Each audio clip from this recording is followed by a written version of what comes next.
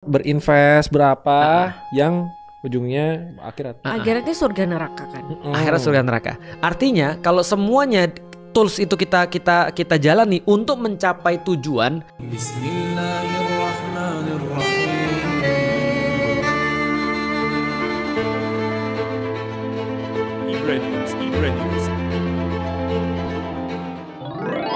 Dalam sebuah podcast inspiratif, Ustadz Felix Siau membahas bagaimana Islam mengajarkan keseimbangan antara kehidupan dunia dan akhirat. Dunia bukanlah tujuan akhir, melainkan sekadar sarana untuk mencapai kebahagiaan yang kekal. Prinsip ini ditegaskan dalam surat Al-Kasyash 77, yang menyebutkan bahwa manusia harus berusaha meraih kebahagiaan akhirat tanpa melupakan bagian mereka di dunia. Jika di dunia kita sudah panik saat hard disk penuh atau file penting tiba-tiba hilang, maka di akhirat semua data tersimpan rapi, tanpa ada satu bait pun yang korup. Dalam surat Al-Kahfi 49, disebutkan bahwa setiap manusia akan menerima catatan amalnya secara lengkap, baik dan buruknya, tanpa ada satu pun yang bisa dihapus atau diformat ulang. Jika dunia ini diibaratkan sebagai trial version, maka akhirat adalah full version yang tidak memiliki fitur reset. Semua aktivitas kita akan terekam otomatis dalam server langit, tanpa ada celah untuk menghapus riwayat pencarian, apalagi mengaktifkan mode incognito. File-file keburukan yang dianggap tidak penting pun tetap tersimpan dan siap ditampilkan dalam laporan akhir hayat. Berarti secara pak kalimat, akhirat dulu, baru jangan lupakan dunia. Benar, jadi semuanya untuk akhirat, tapi jangan lupakan dunia. Artinya di dalam Islam, semua yang kita lihat itu adalah tools untuk mencapai akhirat. Oke, di perspektif Islam, ini tuh cuma temporary Tools untuk kita berinvest berapa yang ujungnya akhirat. Akhiratnya surga neraka kan.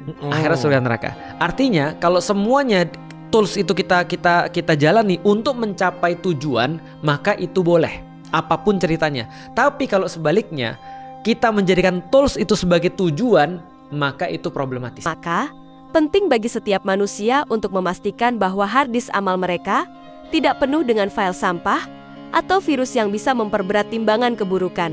Jangan sampai kita baru sadar betapa penuhnya storage amal buruk ketika sudah tiba di hadapan admin tertinggi yang akan mengaudit setiap bait dari kehidupan kita. Untuk memastikan data akhirat kita aman dan berkualitas, berikut langkah sederhananya. Menata niat dengan baik, pastikan setiap aktivitas memiliki nilai ibadah, seperti bekerja untuk mencari yang halal, menolong sesama, atau sekadar tersenyum sebagai bentuk sedekah. Mengatur waktu dengan bijak, kalau kita bisa meluangkan waktu untuk scrolling media sosial berjam-jam, tentu kita bisa menyisihkan waktu untuk ibadah dan refleksi diri. Memilih lingkungan yang positif, pastikan kita dikelilingi oleh orang-orang yang membantu kita menambah storage kebaikan, bukan yang malah menambahkan spam folder dosa. Kesadaran akan jejak amal yang tak terhapuskan di akhirat seharusnya menjadi pengingat bahwa setiap tindakan harus memiliki tujuan yang lebih besar dari sekadar keuntungan duniawi. Jika di dunia kita bisa membeli cloud storage untuk menyimpan data, di akhirat kita hanya bisa berharap